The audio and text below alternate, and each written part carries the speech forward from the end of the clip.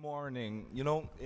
In French, I often make the big mistake to say bon matin, which is the translation of good morning.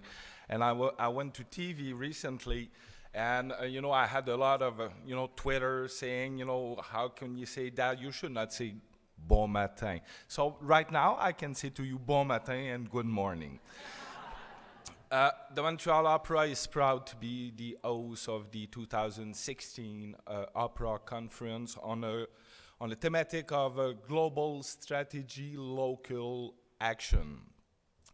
I would like to thank Marc and all the team of Opera America to have chosen the Montreal Opera. I would like to thank you, to come such a large number in our beautiful city that is Montreal. I salute the presence of Manon Gauthier, responsible for the culture in Montreal, Simon Brault, CEO of le Conseil des Arts de Montréal, and I would especially thank Simon because, without the support of the Canadian Art Council, this conference would not have been possible.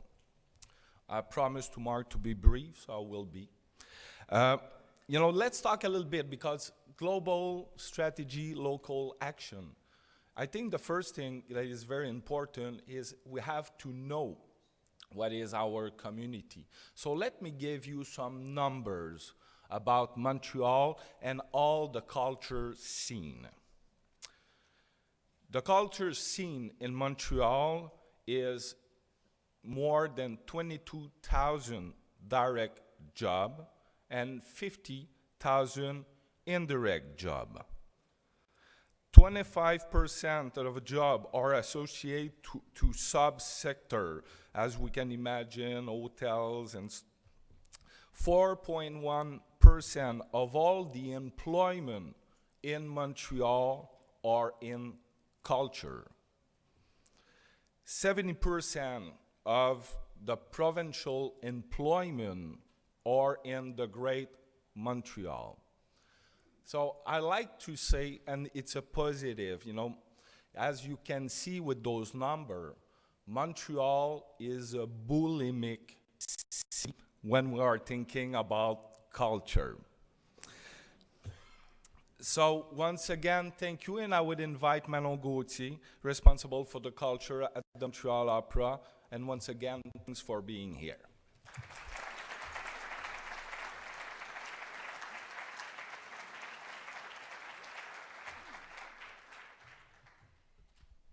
Good morning, everyone. I had the great honor of welcoming many of you last evening during the cocktail. For those I didn't have the pleasure of meeting, welcome to Montreal. And if it's your first time, I'm pretty sure it won't be the last. We want to have you back. I'm really honored to have the pleasure of officially opening this extraordinary gathering of talent, of vision, and a great promise for a future for opera in Montreal and around the world. While this is a first event here in Montreal, your first time for Opera America, opera is deeply rooted in our cultural DNA in the great cultural metropolis that is Montreal. In fact, our first opera performances were staged even before 1608. So a bit of history this morning. That was when explorer Samuel de Champlain anchored in New France.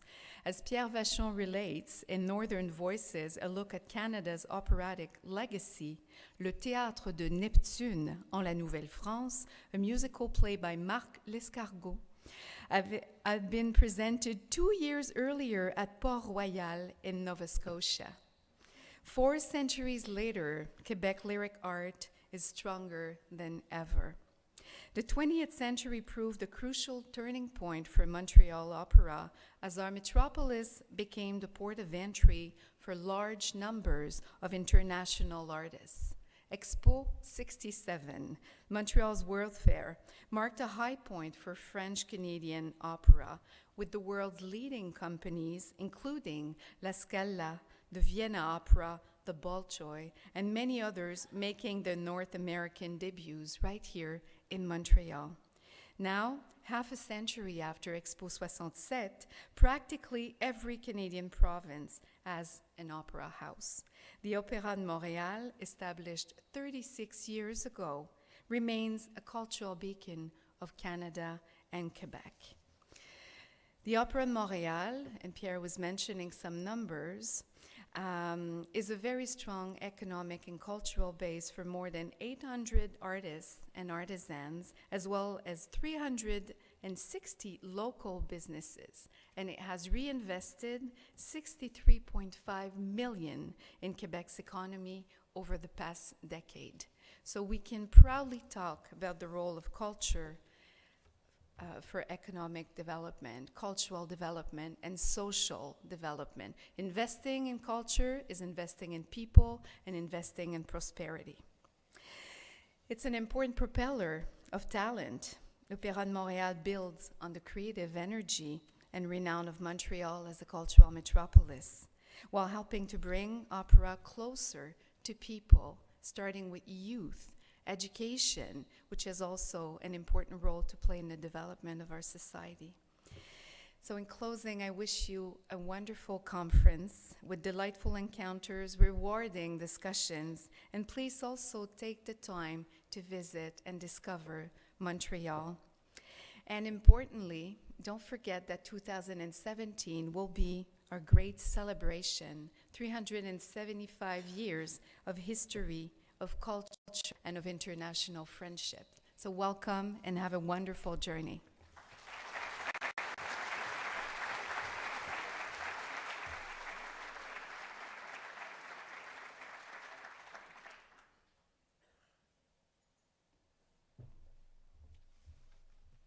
So I would like to invite Frayda, the chairman of the board of Opera America, to come to talk to you. Frayda.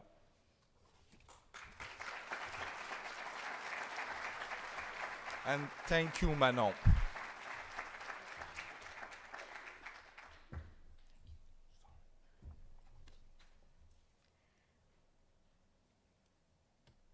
Bon matin et merci. Merci Pierre pour m'avoir présenté.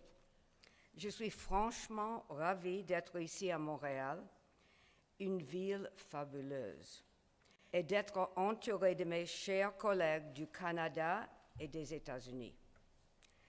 Thank you, Pierre. That's it. Thank you.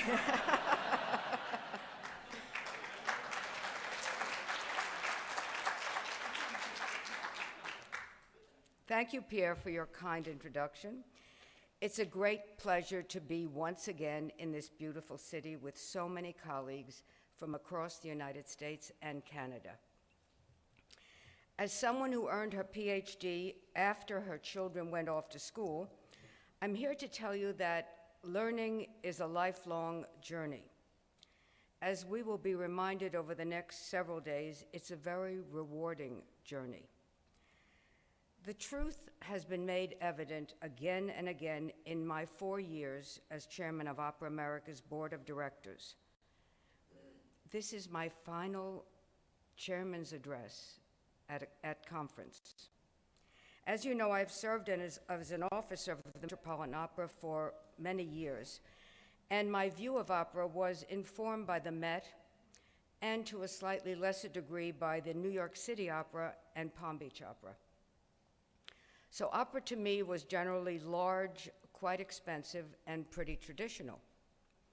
When Opera America approached me to become chairman, I saw it as an opportunity to serve this art form that I love, and as a chance to learn. And I've learned so much. With respect for all of you, my greatest admiration has been for the work of our smaller opera companies, the companies without much staff, without deep resources, but with a lot of creativity and determination. The leaders of these companies, and many of you are in this room today, are real pioneers in search of new ways to produce opera and to develop audiences. And we, the larger companies, learn from what you do. I've gained a deeper understanding of new works and tremendous range of creativity on display by today's composers and librettists. Some of you have already heard about my amazement and delight at our fall board meeting in Los Angeles. The traditional opera in our weekend lineup of performances was Jake Heggie's Moby Dick, and it was spectacular. Also on the schedule were performances of the 1931 film Dracula, with a score by Philip Glass, played along with the film by him, Glass, and the Kronos Quartet. It took place in a downtown LA movie theater, an old grand movie theater, and was filled with young people who were riveted and wildly enthusiastic. There wasn't any singing at all, but it was the most operatic of performances. An additional sold-out performance was added to the schedule. That came before the industry's performance of Hopscotch, the opera that was performed in 24 sites across East LA in limousines that brought audience members from place to place. Talk about out of the box. Many of you know I'm involved in the world, some of you know, I'm involved in the world of contemporary art. I don't always understand the art, and I don't always like it, but I appreciate the importance of the new. I feel the same way about new opera. I don't always understand it or like it, but I'm very clear on the importance of welcoming new voices into our world and of expanding the definition of opera. We cannot thrive as an art form or as an industry if we only listen to the same operas over and over again. I've also learned about the great work of opera company trustees across the country. The board members of our companies give a tremendous amount of their time, talent, and treasure, as the saying goes. Each year at our National Opera Trustee Recognition Dinner in February, we learn about the dedication of exceptional board members who've served as cultural leaders in their communities. I've come to appreciate that these trustees cherish the acknowledgement we are able to give them through our program, and I was skeptical at first. I never imagined that anyone such as myself would want to take themselves to New York and get a plaque. But I was wrong. They all want to come and get the plaque. Even me. They don't seek, these trustees, awards or ovations, but they are really grateful when we say thank you and extend that thank you in front of other board members who understand the scope of their generosity and dedication. Our grants to female composers have given us another great point of learning. Thanks to the support of the Virginia B. Toolman Foundation, we've been able to encourage the work of talented women who are writing operas.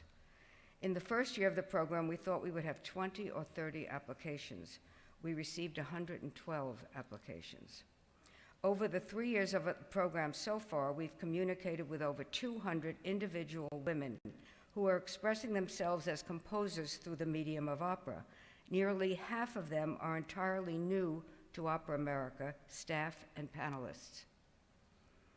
Even though this is my last annual conference as Opera America's board chairman, our bylaws stipulate that I remain on the board through the term of my successor.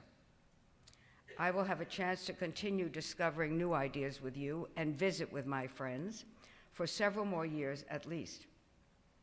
Each annual conference is a prime chance to benefit from reciprocal learning. One might think that the smaller companies have a lot to learn from the larger companies, and they do. But it's also true that the larger companies have a great deal to learn from the smaller ones, especially in relation to building community relationships. Over the next several days, and I hope beyond, we are all teachers and learners simultaneously. Last but not least, I've also learned that you can still make good new friends even when you're a grandmother. I have 12 grandchildren, age 25 to 6. You have an important part of my life, whether it's Chicago or Los Angeles, Milwaukee or Montreal. It's deeply gratifying to know there are warm and generous people who share my love for opera and dedication to strengthening it, and I thank you all for that. And it's now my great pleasure to introduce our president and CEO, Marc Scorca. If you haven't gotten to know him over the last 26 years of his leadership, you still have time. We recently approved a contract extension for Marc that takes his work at Opera America through 2026, by which time I hope he will have figured out what he wants to do with his life. Ladies and gentlemen, Marc Scorca.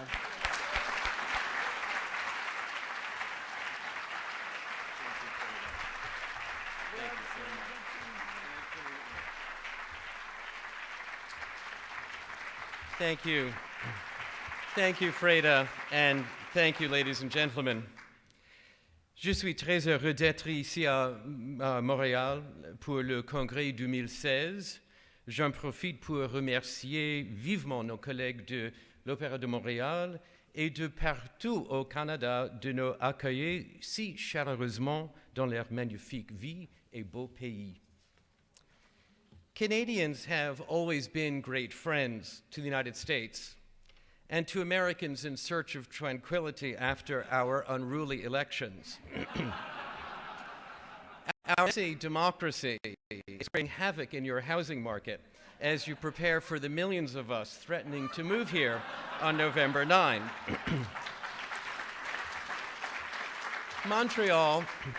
Montreal is the first foreign city I visited as a youngster on a school trip.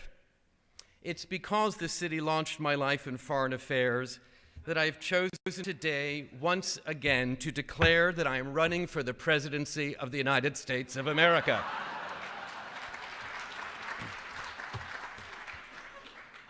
Make opera great again is my election promise, and it will be the sole focus of the O Party. I know that looks like a zero, but it's an O. You may recall that I launched the O Party in 2012, but all our delegates, including our superdelegates, were stolen by other candidates. This year, I've developed a platform to attract voters from both of the traditional parties. I will raise the taxes on the 1% in order to make all opera tickets free to everyone. College and graduate school tuition will be free to all opera majors. Non-opera lovers will be barred, at least temporarily, from entering the country. I will build a wall around opera to keep other disciplines from stealing our best ideas and most promising personnel, and I will make the orchestras pay for that wall.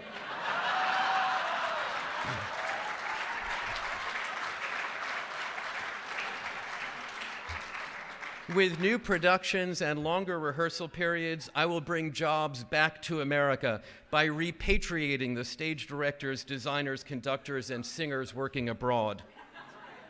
I will strengthen programs that advance the careers of women into leadership positions and ensure that sopranos are paid the same as tenors. We will not be bullied anymore by local facility managers who think opera is weak, because I will make opera great again. I'm taking a lesson this year from Ted Cruz, who let us know his vice presidential choice earlier than usual. I will name some of my cabinet, or at least describe some of the people I will nominate to my cabinet. I'll choose a Secretary of State who values the arts as a potent tool in international diplomacy. The Dutch website, The Power of Culture, says it well.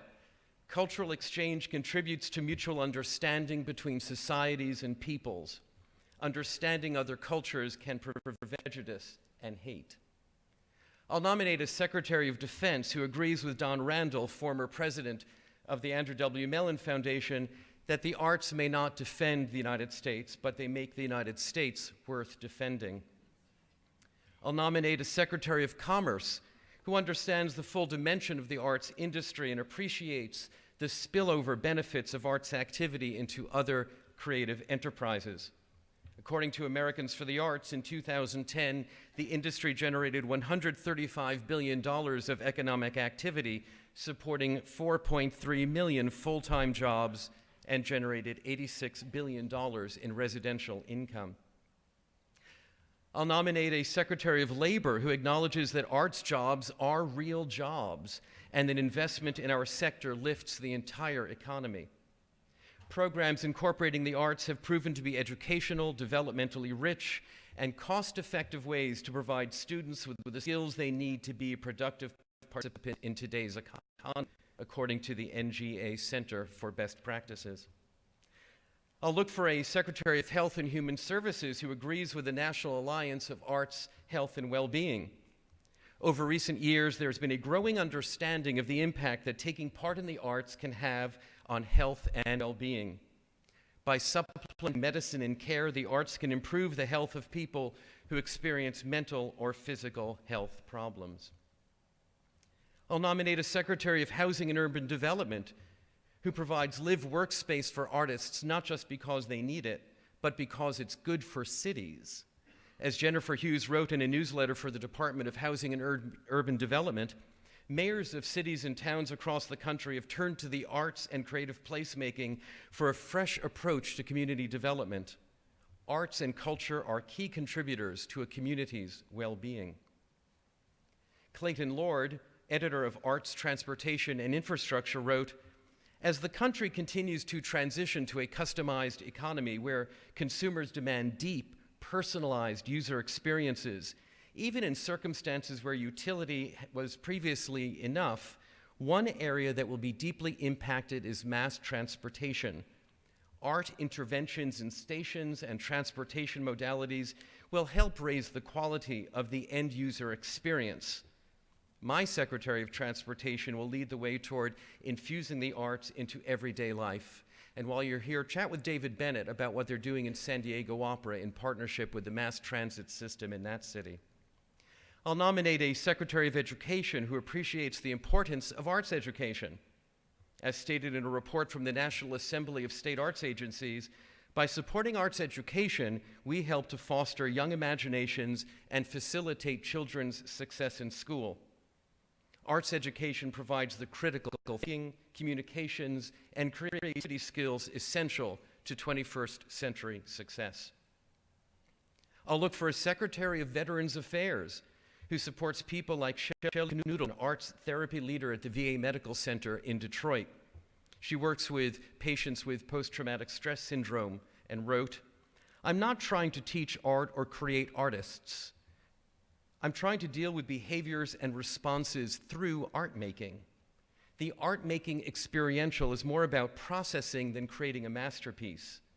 It's engaging with the media that allows one to deal with an issue. Once they face their fear by engaging in the art process, they discover courage as a strength to use outside the hospital. The process gives them a sense of empowerment." And I'll look for a Secretary of the Interior who acknowledges the importance of the interior life of artists and arts lovers. Christine Valters Painter wrote about spirituality in higher education. She said, "The arts afford us insights into life and access to the movements of spirit in our lives that are not available through cognitive ways of knowing. The arts not only transfigure the ordinary, but they are also integrative, uniting our intellects with our bodies, emotions, desires, and will. In art making, we have the freedom to reclaim our feelings, voice, and truth, and give meaningful expression to our commitments, values, and ideas." And although the National Endowment for the Arts is not a cabinet-level position, I will immediately invite Canada's Justin Trudeau to testify in front of the United States Congress about the importance of the arts, so we can see an NEA budget that increases from its current 48 cents per capita to Canada's more than $10 per capita for the Canada Council. As we seek to, congratulations on that. As we seek to increase the civic impact of opera and opera companies, we have to imagine the possibilities for collaboration in the broadest possible terms. We have to be opera activists to bring the benefit of our work to other sectors of public life. For the foreseeable future, we have to be the initiators, but our success will be revealed when ultimately leaders in our cities approach us for our help because they appreciate how we enrich every aspect of the community. Along the way, we will find new partners and allies, and we'll find new meaning in our work. As for my campaign, let me state for the record, I am happy to accept huge contributions from banks, financial institutions, and major individual donors who believe in our work. And you may have noticed that I didn't mention anything about my vice president. I plan to hold the announcement of my running mate until our O-Party convention, which takes place later this week in the bar of this hotel. It is my hope, though, that Frayda may be wondering what she's going to do next. So it is with some slight embarrassment and great pleasure this morning that I'd like you to welcome the president of Opera Volunteers International, Rhonda Sweeney.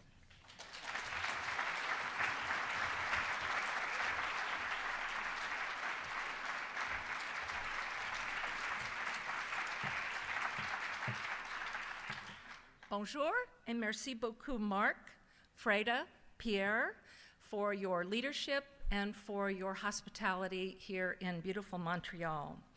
This year, Opera Volunteers celebrates its 45th anniversary, with this our 5th conference in Canada and our first in wonderful Montreal. From its very beginning, OVI has focused on sharing information, ideas, projects, and best practices, which was remarkably forward-looking for the 1970s when thinking globally, exchanging ideas, was not mainstream, and today's technology was not available to facilitate this sharing. Face-to-face conferences were the best way to network and share, and we are delighted to be here sharing great ideas with you this week. In fact, picking up on the conference theme, we look forward to placing the accent on the international in our name, learning global strategies from others for opera education, fundraising, and community engagement for local action back home. Broadening and diversifying the appeal of opera is crucial to its continued success, and understanding different languages and cultures is likewise vital in today's world. Opera companies and opera volunteers may speak different languages and may have different cultures. However, through OVI's mission of expanding the relevance, reach, and future of opera through volunteer service, we know that volunteers working collaboratively with companies, educational organizations, and community groups will advance the value of opera in our lives by spreading the joy of opera to all, including underserved and diverse groups, especially engaging families and children, which is our future. Our board is excited to partner again in this year's conference with Opera America, our 10th collaboration overall. Our panel discussion, called Fundraising and Volunteer Power, will explore the contribution to the bottom line from volunteer-led fundraising activities, covering traditional special events, as well as non-traditional activities such as opera tours and boutiques. We will feature guild speakers from San Francisco, Kansas City, and Houston. The Volunteer Network Roundtable will share award-winning projects of special merit and projects receiving matching grants so that these innovative ideas and successes can be implemented elsewhere. And as always at conference, we honor outstanding volunteers, both partners in excellence, as well as grantor-level members who have made it possible for OVI to maintain its 30-year history of awarding matching grants to member organizations. Merci beaucoup to the local Montreal volunteers assisting with this conference and to all volunteers who are taking local actions in their own communities. Thanks also to our OVI board members who are overseeing our own global strategies, which are designed to assist our local members. And finally, a special thank you to OVI Vice President Sheila McNeil and Opera America's Leah Wilson for their work on this year's volunteer track activities. I hope we'll see you at those sessions. We hope all of you have an outstanding conference experience this week. We look forward to meeting as many of you as possible and encourage you to stop by our OVI table to learn more about us if you or your volunteer groups are not yet members. We plan to share what we learn here with our wider membership, and we'll continue the conversation this October in Knoxville, Tennessee at our fall meeting. We invite all of your volunteers to join us there. A bientôt.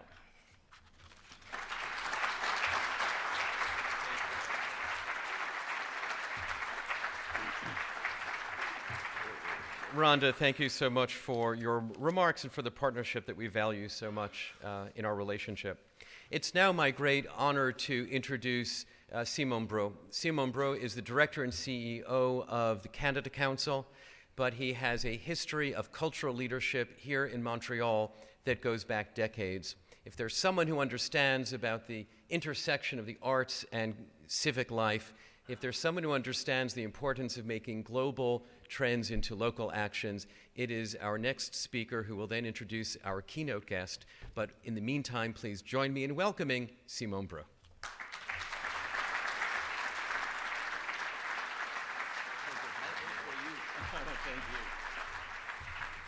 Bonjour, bonjour.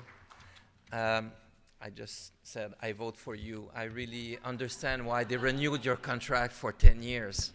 They're right. So good morning. It's a great pleasure to be here with so many opera professionals from across the continent. I want to congratulate Opera America for once again organizing such a successful event.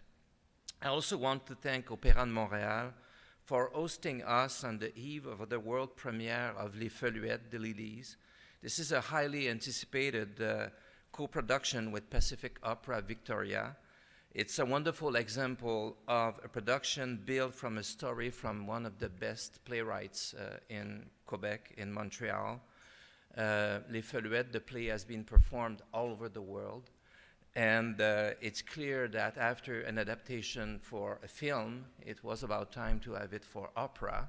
It's a world premiere. I know all the stress because I spent 32 years of my life at the National Theatre School of Canada, so it's a world that I know very well. So to have this conference the same week of that world premiere is bravo, félicitations. I will be there Saturday to applaud it. Thanks also to Opera CA for organizing the Canadian part of the New Works Sampler that you will see tomorrow. These are excellent examples of uniquely Canadian works written, composed, and staged by some of our finest artists. The Canada Council is very proud to support the conference and is only one part of a full spectrum of funding that we offer to opera, from composition to production to core funding. For those of you who may not know it, the Canada Council is funded and operates at arm's length from the federal government. Recently, our new government, gouvernement de Justin Trudeau, announced that it will double our budget over the next 5 years. Yeah. This is a lot of money, but more than that, Canada now is the only country in the world where a major reinvestment of public funding is made directly to the arts, not to culture, not to creative industry, not to media. It's specifically given to the Canada Council in order to support the growing of the arts, the professional arts, over the next 5 years, but obviously over the next generations. It is the most significant injection of money in the Canada Council for almost 60 years. We'll turn 60 next year. And it has been also made part of an investment of $1.9 billion in the cultural sector. Obviously, we need to read that as a profound belief that well-targeted public funding of the arts is key to the vitality of our cultural system in Canada, accounting for 3% of Canada's GDP and 3.5 jobs in this country. We do have here also private donors, but across the arts, we don't have the same tradition of your corporate giving and philanthropy that many of you are familiar with in the US. And I'm happy to see that there is, all over the world, but especially in your world, a renewed momentum for the arts to address more major issues of our times.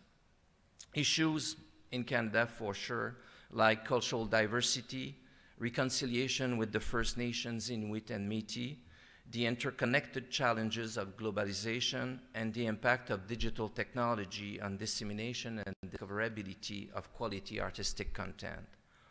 For much of my career, over 30 years, I've been advocating for the arts to have a seat at the table where these issues are debated.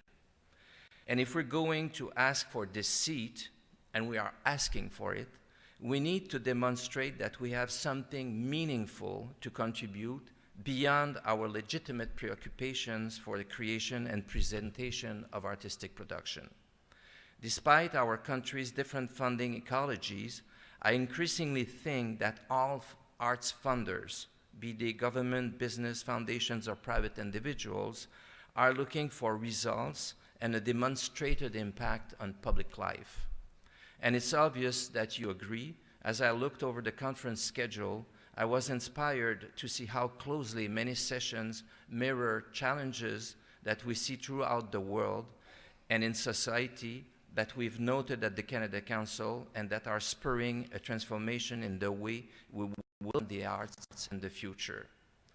For example, the impact of digital technologies on the arts. We're among the most connected, networked countries worldwide. Yet in Canada, our arts sector warrants an increased investment in this area. Opera companies in Canada have done innovative, exciting work in this regard, such as the Vancouver's opera Stick Boy. It's a multimedia production addressing the hot-button topic of bullying.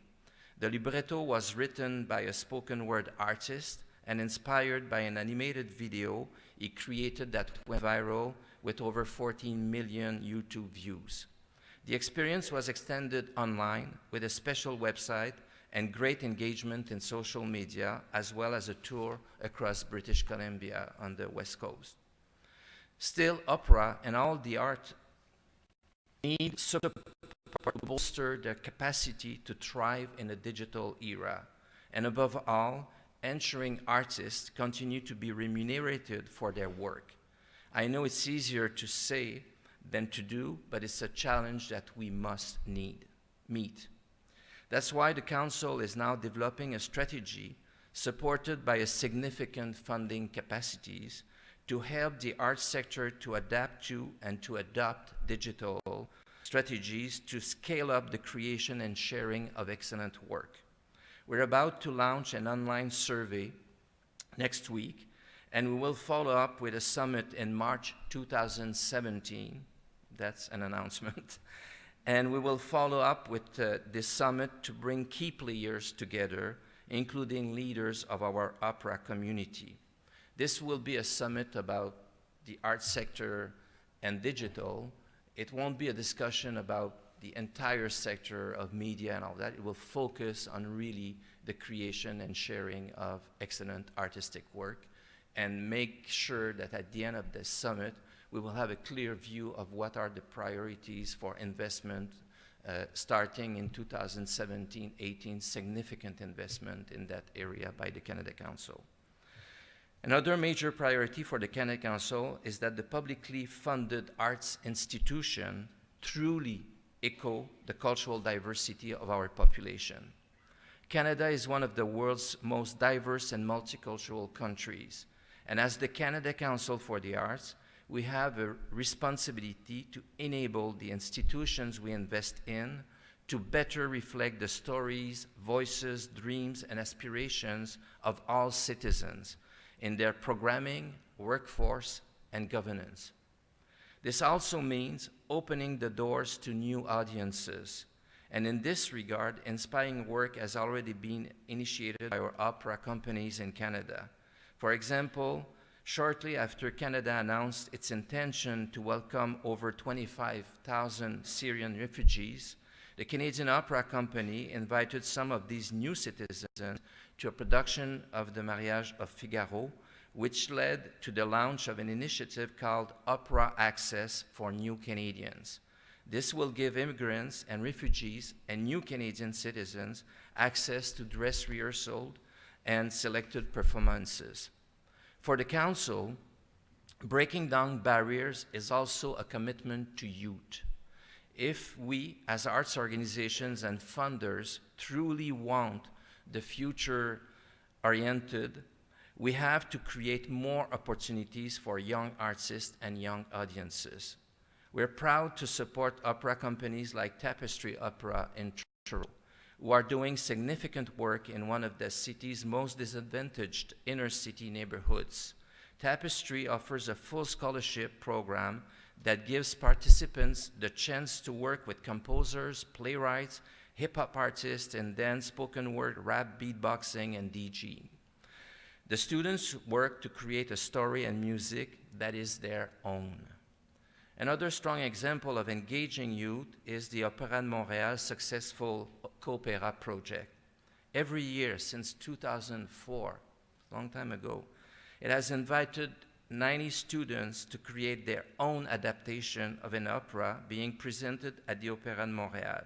They rewrite the libretto, develop a musical score, create and build sets and props, and at the end of it, at the school year, they perform at one of the local universities in front of hundreds of people.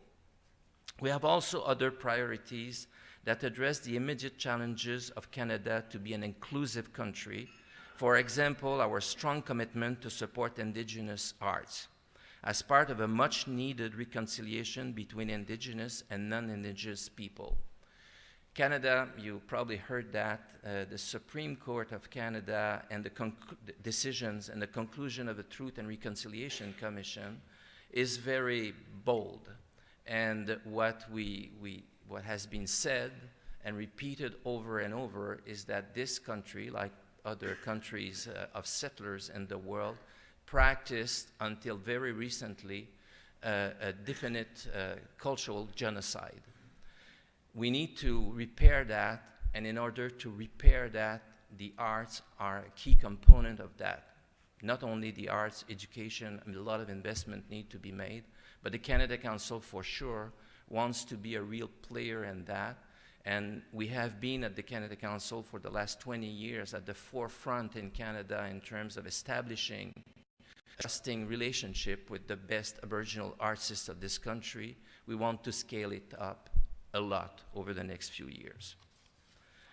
But stories like Vancouver's opera indigenization of the magic flute, in which the imagery, set design, and costume were inspired by the culture of the Pacific Northwest peoples, and was created with the consent of some 18 Indigenous advisors and elders, is a good example of respectful artistic collaboration between Aboriginal and non-Aboriginal artists. We also want to enhance the international presence of Canadian art. You heard our Prime Minister saying Canada is back. Canada will be back also on the cultural front. It's absolutely necessary for Canadian artists to access new markets and find new opportunities for partnerships. Touring opera is, of course, a huge and costly undertaking. However, the impact can be phenomenal. Such was the case with Opera Atelier's production of Armide at au Palais de Versailles. This took place in November 2015. It was just following the days of the terrorist attacks in Paris, and it was a highly appreciated performance in what was a deeply difficult time. I want to take a moment here to mention an exciting program that we just launched at the Council, and it's called New Chapter. This is an ambitious program set up to mark the 150th anniversary of Canada in 2017. It's a call on artists and arts organizations to dream bigger after years without new public investment, to propose projects that will have a lasting legacy. I look forward to some of exceptional projects coming out of this and that we can share this conference and in coming years. Above all, across all of our programs, Canada Council wants to nurture the creation of innovative and excellent art that speaks to the audiences in new ways and that meets them where they are, whether in the opera house, in a park, or on their mobile device. It's an opportunity to tell the stories of our times and our contemporaries, to reach out to new generations, to be more and more relevant and impactful, to bring value to society, to help emerge a new future where the transformative power of imagination, beauty, and the universal language of art will be fully recognized, celebrated, and shared. Merci.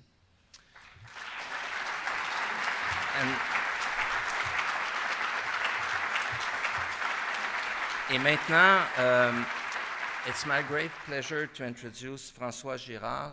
François is, and I won't give his bio, you have it, but he's a great artist who exploring art, started years ago, doing installation in artist-run centers, then doing film, exploring every arts form, including opera, obviously. He's clearly a leader in the world of art, and he's also someone who is not afraid to speak his mind. So it's a great privilege to have him on this stage. François Girard.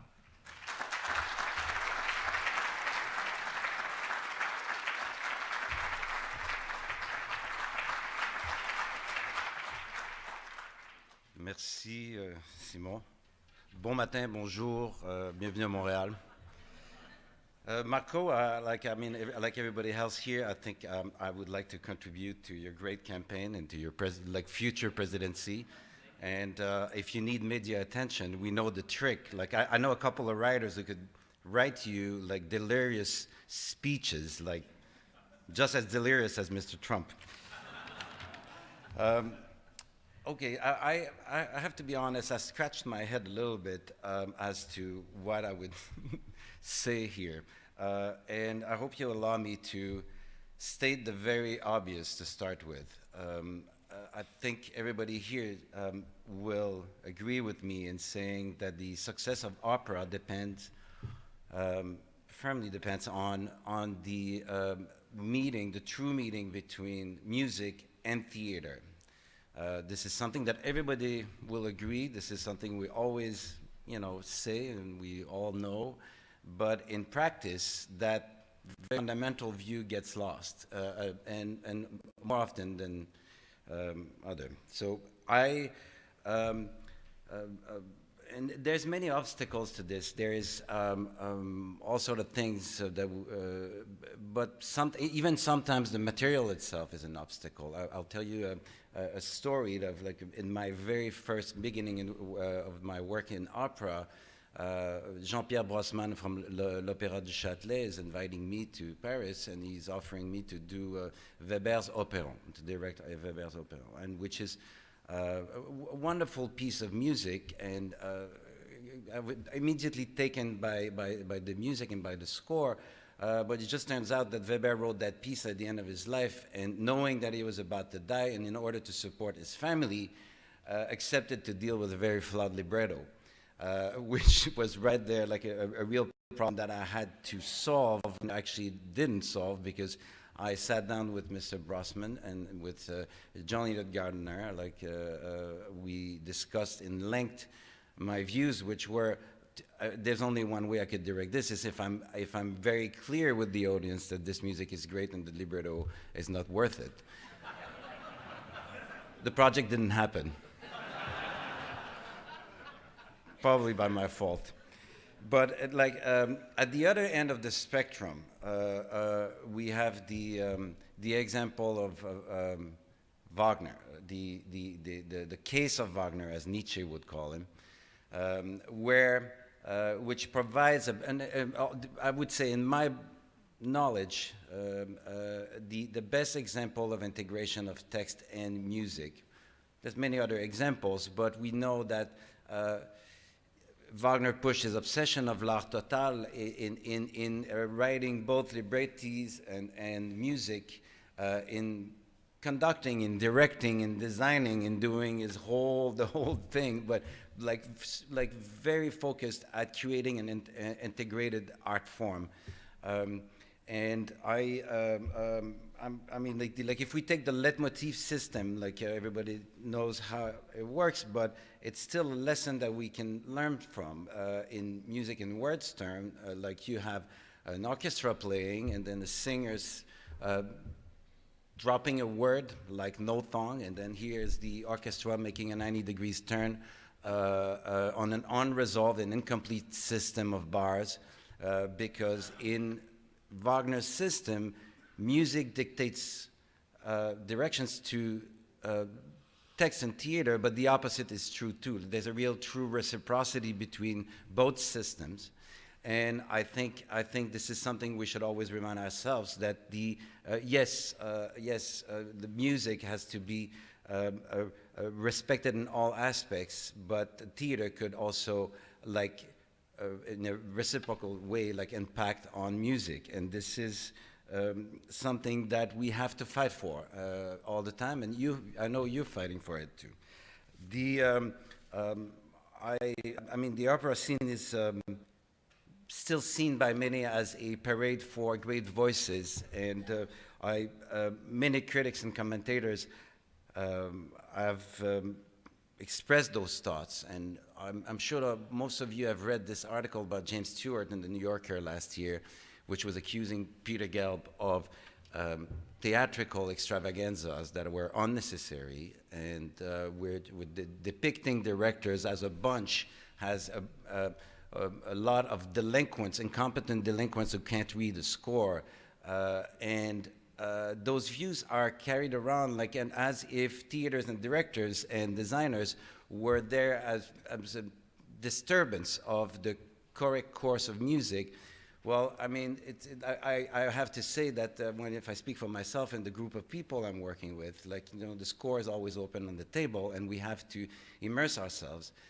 I was fortunate to have worked with such leaders as Peter Gelb and Serge Dorny and Alexander Neef and late Richard Bradshaw, who truly valued the importance of theater and theater artists into the form. Again, like I feel like I'm stating the obvious to people who well know these things, but I guess if I have something to say this morning, it is that, like as a reminder of the importance of that, and also a reminder that is for us, it's a constant fight. We have to elbow our way in the system, and always have to push for a little more room, a little more rehearsal time, a little more this and that. But I know. Like also, I was fortunate to work with a great number of conductors, like Kazushi Ono, Johannes de Bos, Daniel Legatti, who are true collaborators, and they know, and I know, and we know that there's no success possible if we don't sit together, if we don't work together, if we don't compromise on both ways, and if we don't come with a common vision where the music rings like the words and the theater looks like the music, and this is like ultimately our common goal. I remember rehearsing Parsifal in Lyon for the early creation. At the end of a 12-hour day of rehearsals, like Kazushi would tell me, François, let's go back to the music room. And then we would go back like at 7 o'clock at night, like totally burnt out, go back to that music room with his two pianists and his assistant conductor and myself. Like they would at times be three at playing the piano and all the voices, and I would be singing on top of it. That was the end of my singing career. But in those moments, there was true revelations, true learnings on my part, and sometimes on the other part. And we would be one group working on the piano with our scores and our text and our notes open and sharing them. If there is one thing that I wish for the future, and I'll try to change for my own work, is that I want that to happen earlier. We always meet too late. We like directors and conductors, we always meet in front of 100 people, shaking hands, making a couple of jokes, and jumping into Music 52 and working. Those talks that I had late, like I promised with Johannes de Bus, we promised ourselves that the next time we work together, we should meet right off the top. When I'm being called 7 years in advance to do a piece at the Met, like it should start with a meeting, a music theater meeting, to set the foundation for music and theater to meet. So I will not abuse this opportunity to talk to you. I'm a big believer in the opera form. I think, as Simon said, I come from film and visual arts. Film in this time of streaming and downloading, like the movie theaters as a practice, are pretty much disappearing, slowly but surely. And which doesn't mean the end of cinema, like it will just transform, but like I have grown up with the experience of putting people in a room and sharing an experience, whether it's pre-recorded as a film or live theater. It turns out that nowadays theater and opera are, in my experience, the only way we can still produce and create and make happen that cultural mass of people devoting their time. Like in the case of Parsifal, like you have 4,000 people in the Metropolitan Opera giving 6 hours of their time, sharing the experience like in the one room. And that is one of the most powerful things, like the communal aspect of opera and theater and film, unfortunately, is fading out. But I'm a big believer in it. I work for it. I've devoted lots of time to that. And I praise that opportunity that opera is providing. There's much more opera can do. If I have one thing here this morning is please give equal support to theater than to music.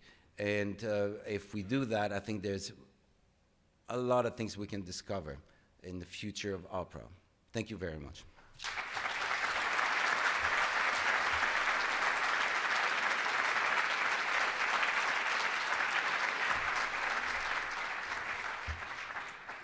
Thank you so much, Francois, for reminding us that opera has the power to bring community together, creates community at every performance. And as there are fewer and fewer opportunities to experience the emotional journey of art together, opera is one of those where we still ask people to give up, as you say, 3, 4, 5 hours of their evening to be together to experience the emotions.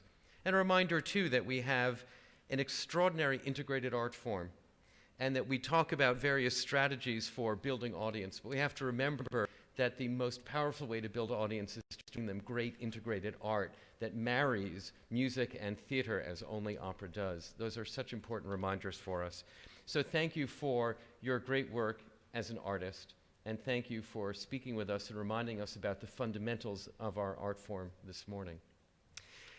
Before we adjourn the opening assembly, I'd like to ask Frayda Lindemann to come back to the stage.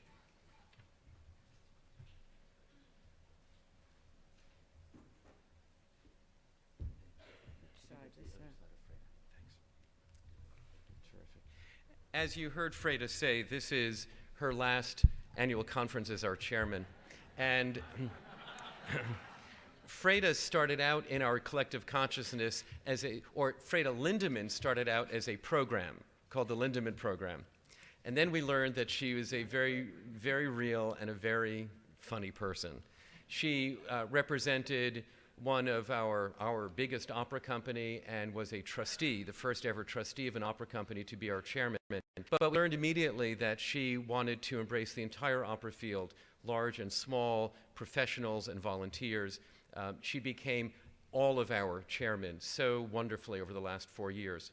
At our board meeting yesterday, we saluted her, but I wanted to present to her today with sincere gratitude the resolution of our board. It says, whereas Frayda B. Lindemann presided over the opening and successful inauguration of the National Opera Center, and whereas Frayda B. Lindemann oversaw the introduction of new programs, including the Getty Building Opera Audiences Grants and Toulmin Grants for female composers, and whereas Frayda B. Lindemann officiated at record-setting annual conferences in Vancouver, San Francisco, Washington, D.C., and Montreal, and whereas Frayda Lindemann helped strengthen, thank you, he's helped strengthen, it was like an eyesight test, helped strengthen Opera America's relationship with the global community through opera.ca and Opera Europa.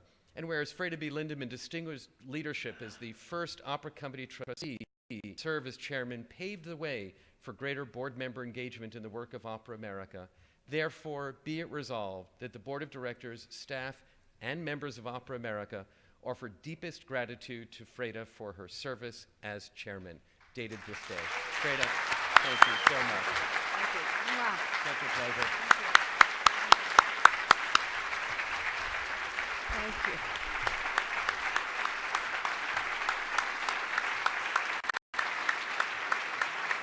Thank you all.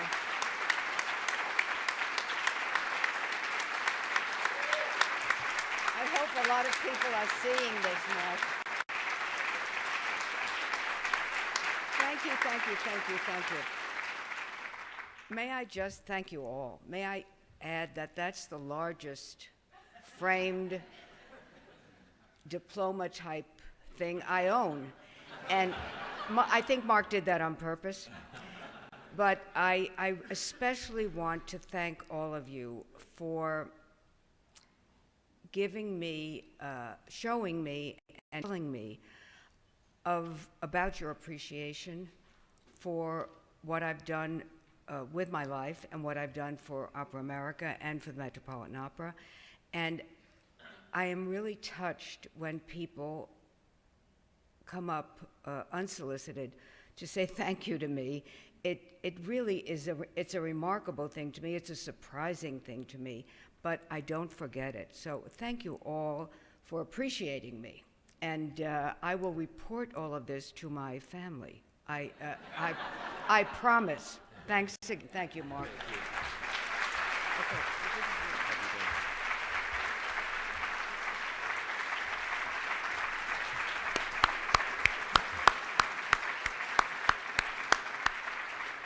Thank you, Frayda. And ladies and gentlemen, thank you. This is the opening assembly now closing. There's a very, very short break before we get to our next sessions. I hope you have a wonderful 3 days at Opera Conference 2016. Again, thank you to Pierre and l'Opéra de Montréal. Thank you to François Girard, and we'll see you in a few minutes. Next sessions are held on the 9th floor, which you can reach by the escalators.